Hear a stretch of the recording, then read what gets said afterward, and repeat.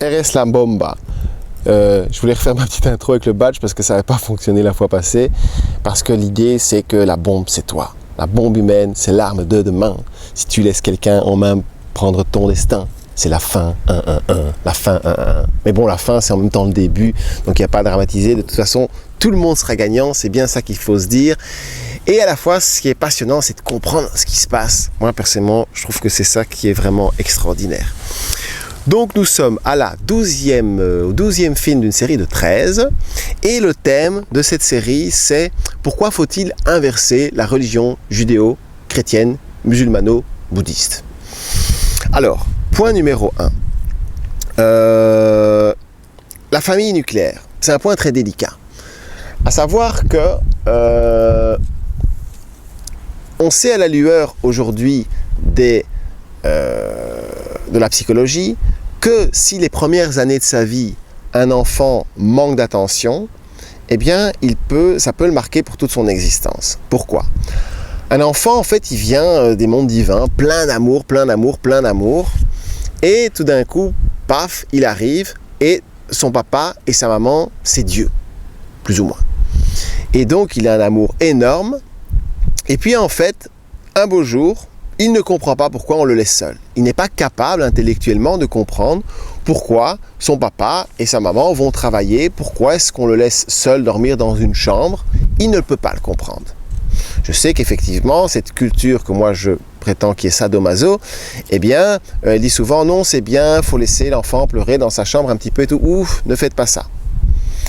Effectivement, dans les cultures dites matriarcales, mais il faut changer de nom, donc on va les appeler les cultures païennes, les cultures des lois de la nature, eh bien effectivement on savait ça, donc les enfants étaient élevés ou dans des familles élargies, dans des tribus ou dans des communautés, de manière à ce que l'enfant ait toujours quelqu'un pour s'occuper de lui, surtout les premières années de sa vie. J'ai vécu pas mal de temps avec des Africains et c'est vrai que c'est quelque chose qui m'a toujours fasciné, c'est à quel point ils avaient une vision, une manière de vivre la relation amoureuse beaucoup plus détendue que nous. C'était important, ils en avaient beaucoup, mais ils ne faisaient pas comme nous les Occidentaux toujours, tout tourne un peu à la dramaturgie grecque, hein. Pour le bien, pour le mal, on a toujours dit « Oh, je suis super amoureux, oh, je suis super malheureux ». Tout ça vient aussi du fait qu'à travers les relations amoureuses, beaucoup de gens ils disent « Je cherche l'amour », mais en fait, on cherche des émotions. Et plus j'avance, plus je comprends qu'en fait, la grande drogue de l'humanité, c'est l'émotionnel. Les gens veulent vivre de l'émotionnel. Et pourquoi ? Parce qu'encore une fois, dans l'astral, effectivement, il y a des êtres qui se nourrissent de notre émotionnel. C'est pour ça que toute cette culture est basée là-dessus.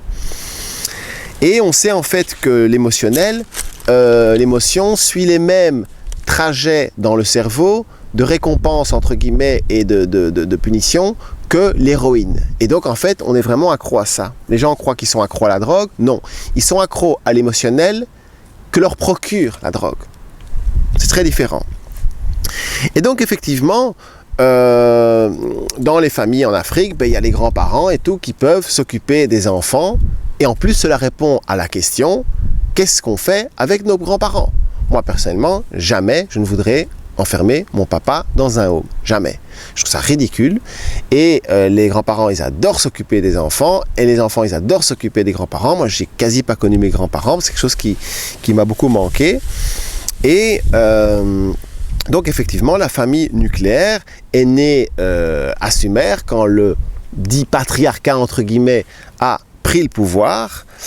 Et qu'est-ce qui se passe dans les familles, chez les enfants effectivement qui grandissent en communauté, où ils ont toujours quelqu'un pour s'occuper d'eux, eh bien, ils peuvent avoir plusieurs papas, plusieurs mamans. Bien sûr, personne ne remplacera jamais la maman. Le papa, excusez-moi, mais je crois qu'il est beaucoup plus facilement remplaçable. Ce qui est important, c'est que les enfants aient de l'attention de la part d'un homme. Ça, c'est très important. Et de cette manière-là, effectivement, plus tard dans leur existence, ils vont pouvoir, entre guillemets, répartir leur amour. Ils n'auront pas cette tendance que nous avons, dès que nous aimons quelqu'un, de vouloir absolument le posséder, le garder.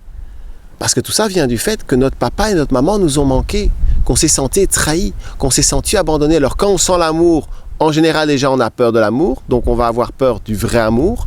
Moi, je prétends que la majorité des gens, je ne sais pas si vous avez remarqué, ils ne choisissent pas les bonnes personnes pour faire des enfants et tout, parce qu'ils gèrent beaucoup trop ça justement sur l'émotionnel. L'amour n'est pas une émotion, l'amour est une force qui pousse à évoluer toujours, aller plus loin et toujours s'améliorer. Alors,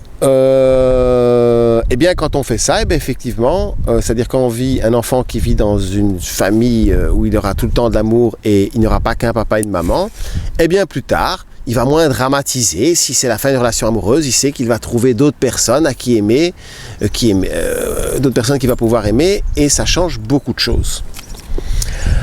Point 2, le mariage ou l'exclusivité dans la relation amoureuse.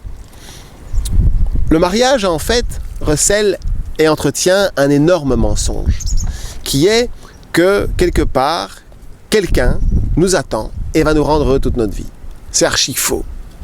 Et c'est très grave dans le sens que ça amène l'humanité dans des vibrations graves, bien que ce n'est pas dramatique, on est d'accord. De donner cet exemple encore aux enfants, parce qu'effectivement, c'est tout à fait faux. La vérité, c'est que le but, c'est pas de faire un mariage extérieur et d'avoir des enfants. Le but de l'existence, c'est de créer ce qu'on appelle en grec le hieros gamos. On en parle bien dans ce livre qui a eu beaucoup de succès qui s'appelle... C'est pas grave, on ne s'en souvient plus, ça reviendra tout à l'heure. Et donc, le mariage intérieur, à savoir, on se réconcilie avec son papa divin intérieur, sa maman divine intérieure, et ensemble, ils vont faire un enfant Christ intérieur, un enfant Christ vraiment qui est réel, c'est-à-dire un être énergétique qui va vraiment naître, qui est notre enfant Christ, et c'est de ça qu'on parle dans la Bible. Et c'est de là que vient le concept d'immaculée conception. Après, ils ont tout déformé, justement. Personnellement, je ne suis pas du tout contre le couple, que ça soit très très clair. Le couple est un laboratoire d'évolution magnifique, fabuleux, fantastique. Et non seulement je ne suis pas contre, mais je suis pour. Ce que je trouve très triste, ce sont tous ces couples qui cassent. Pourquoi ? Parce qu'un beau jour, l'un des deux partenaires a envie d'aller voir ailleurs. Et alors effectivement, les autres, ils flippent tellement qu'ils préfèrent casser la relation. Et s'il y a des enfants, c'est qui paye ? Les enfants. Et c'est ça qui est triste. Donc au contraire, moi ce que je vous dis, c'est vive le couple. Et par contre, c'est important que vous sachiez que oui, après quelques mois, parfois même quelques années, ça arrive la plupart du temps, c'est ça la norme, qu'on ait envie d'embrasser quelqu'un d'autre, faire l'amour avec quelqu'un d'autre, ou de passer du temps avec quelqu'un d'autre. Et ça ne veut pas dire pour autant qu'on n'aime pas l'autre partenaire. Moi, personnellement, j'assume, je suis un libertin, mais à la fois, je suis extrêmement fidèle. Beaucoup plus fidèle que la plupart des gens, c'est pas grave, il vient d'y avoir un petit tremblement de terre, que la plupart des gens qui mentent. Je suis désolé, mais la plupart des psys, même des curés à qui j'ai parlé et à qui on fait plein de confessions, ils le disent. La quasi-totalité des couples se trompent. C'est dans un ordre de à peu près 18-19 sur 20. Bien sûr, après, chaque fois, vous allez dire « Ah oui, pas moi, pas mon copain. Ah oui, pas moi, pas mon papa, pas ma maman. » Et tout ça perdure, et ce mensonge perdure. Alors évidemment, je sais que tous ces sujets blessent beaucoup. Mais si la vérité blesse, le mensonge tue. Et vous verrez que petit à petit, que toute cette culture, elle amène notre humanité à son autodestruction. Pourquoi ? Parce que dans ce concept de mariage et de famille nucléaire, les gens petit à petit, ils vont d'abord croire qu'en possédant l'autre, on va être heureux, et très vite, ils vont se rendre compte que ce n'est pas vrai. Ils vont se rendre compte que ce n'est pas vrai, et donc après vouloir posséder les gens, ils vont vouloir posséder les choses, en se disant « Ah, maintenant je vais posséder les choses, et là je serai heureux. Je vais avoir ma maison, mon bout de terrain, et là je serai heureux. » Peut-être que tu peux l'aider pour le fil, ça sera très bien, je crois. Et en fait, ils veulent posséder de plus en plus, puis quand ils ont 1 million d'euros, ils en veulent 2, ils en veulent 10, ils en veulent 100. Et ça mène, oui, au capitalisme sauvage, tout à fait, qui n'a plus de fin. Le point 3, c'est « Tu enfanteras dans la douleur ». C'est écrit dans la Bible, et alors là, c'est vraiment n'importe quoi. Et oui, les méthodes d'accouchement, on va dire, modernes dans les maternités où on accouche à s'y coucher, c'est tout à fait ridicule. Excusez-moi de de comparer ça de cette manière, mais c'est un petit peu comme si vous vous couchiez pour faire caca. Ça n'a aucun sens, c'est ridicule. Il y a plein d'endroits, par exemple là en Inde, on montrait que beaucoup dans des tribus traditionnelles, les femmes accouchent couchées encore. On voit très bien ça dans le film Little Buddha, c'est très bien mis en image. Et il existe plein de méthodes d'accouchement sans douleur. Ce qui est amusant, c'est que la France fut dans les années 60-70 avec Le Boyer, avec Michel Audin, ont été vraiment dans les précurseurs de l'accouchement sans douleur.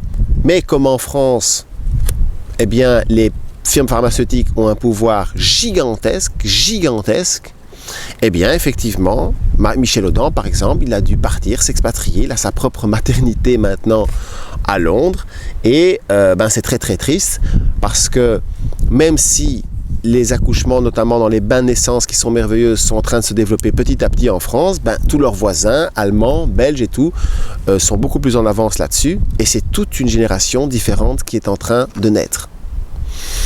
L'accouchement dans l'eau est merveilleux, dans des bains de naissance, c'est très très très sain. Vous pouvez vous renseigner là-dessus. Il y a un endroit en Belgique, à Ostende, qui s'appelle Aquanatal. Vous pouvez chercher sur le net, vous allez trouver. Ils ont fait des milliers de naissances dans l'eau. C'est dans une maternité qui n'est absolument pas Nouvel Âge alternatif. C'est la maternité officielle d'Ostende. Et c'est vraiment extraordinaire. Les enfants qui naissent là sont beaucoup plus sensibles, sont beaucoup plus intelligents, beaucoup plus vifs d'esprit, beaucoup plus évolués, oui tout à fait, parce que quand on est dans l'eau, si vous voulez, on sort d'un coup du corps de la maman et après on se retrouve dans l'eau, ce qui fait un sas, un milieu intermédiaire, et c'est beaucoup plus agréable. Dans la naissance aussi, une des grandes erreurs aux conséquences gigantesques, graves, dans le sens que ça amène l'aide dans des fréquences graves, eh bien, c'est que de prendre l'enfant et de l'arracher du corps de la maman avant qu'il ne le veuille. Non, il faut laisser l'enfant le plus longtemps possible sur le corps de la maman. Pourquoi ? Parce que l'enfant, en fait, il fait corps avec la maman. Il croit que le corps de sa maman et lui ne font qu'un. Et si on l'enlève trop tôt, eh bien, en fait, tout d'un coup, il va se chercher à l'extérieur de lui-même. Vous savez, c'est une culture qui a été faite par, entre guillemets, ce qu'on appelle le malin. Je vous ai expliqué Satan, qui est une forme pensée qui n'existe pas vraiment, qui est créée par le mental des humains. Mais le malin est très malin. Et donc, toute cette culture a été effectivement étudiée au centimètre près pour faire souffrir. Et donc, effectivement, on prend l'enfant, on le retire, et tout de suite, il va se chercher à l'extérieur toute sa vie. Et c'est ce que veut notre culture, c'est qu'on cherche tout à l'extérieur, et toute cette culture est faite pour ça, chercher l'amour à l'extérieur, chercher Dieu à l'extérieur, chercher toute notre énergie à l'extérieur, alors qu'on a tout dedans. Et la foi, tout ça a un sens. Pourquoi ? Parce que la terre, c'est un endroit où les dieux viennent passer des vacances, parce qu'ils en ont marre de choisir, parce que quand on est en Dieu, il faut tout choisir, et parfois il y en a ras-le-bol, et ils ont le droit de faire ça, c'est génial. Maintenant, encore une fois, l'idée, c'est que Terre Gaïa va revenir, si vous voulez, dans les mondes divins, et que ceux qui veulent rester, il faut qu'ils s'adaptent et qu'ils retournent dans les mondes divins. Et pour ça, il faut faire un choix. Pourquoi ? Parce que nos âmes, je vous l'ai raconté dans l'histoire de Terre Gaïa et de ces âmes, les âmes ont choisi de quitter les mondes divins, ils ont choisi de quitter effectivement toutes ces lois, parce qu'ils se sont dit, on a envie de vivre 100% libre, on en a marre d'être dans ces lois, et puis les autres leur ont dit, mais pas de problème, il n'y a pas de souci, mais vous allez faire ça en dehors des mondes divins, et puis vous verrez, peut-être que vous arriverez à créer un monde plein d'amour encore plus que nous. Et c'est ce qui arrive maintenant, c'est que si les âmes veulent retourner dans les mondes divins, il y a un choix à faire. Et ce choix, même si on le peut faire dans l'après-vie, c'est beaucoup plus intéressant de le faire dans cette vie-ci. Et on va en rester là parce qu'on arrive à la fin de ce deuxième film. Surtout ne zappez pas, à tout de suite. Petite rajoute, je veux dire que ceux qui possèdent sont possédés par leur possession, parce qu'en fait ils s'identifient à l'extérieur d'eux, alors qu'il faut envoyer leur attention et leur seule attache doit être à l'intérieur d'eux-mêmes. D'autres choses, le livre dont je parlais, c'est le Coda Da Vinci, beaucoup de gens en ont parlé, mais il n'y a pas un magazine en France qui a été foutu de comprendre que le message principal, c'est que Jésus et Marie n'étaient pas mariés, et que donc sous-entendu, ils n'étaient pas pour le mariage, à cette époque où le mariage, on lapidait les femmes qui faisaient l'amour au mariage. Bisous.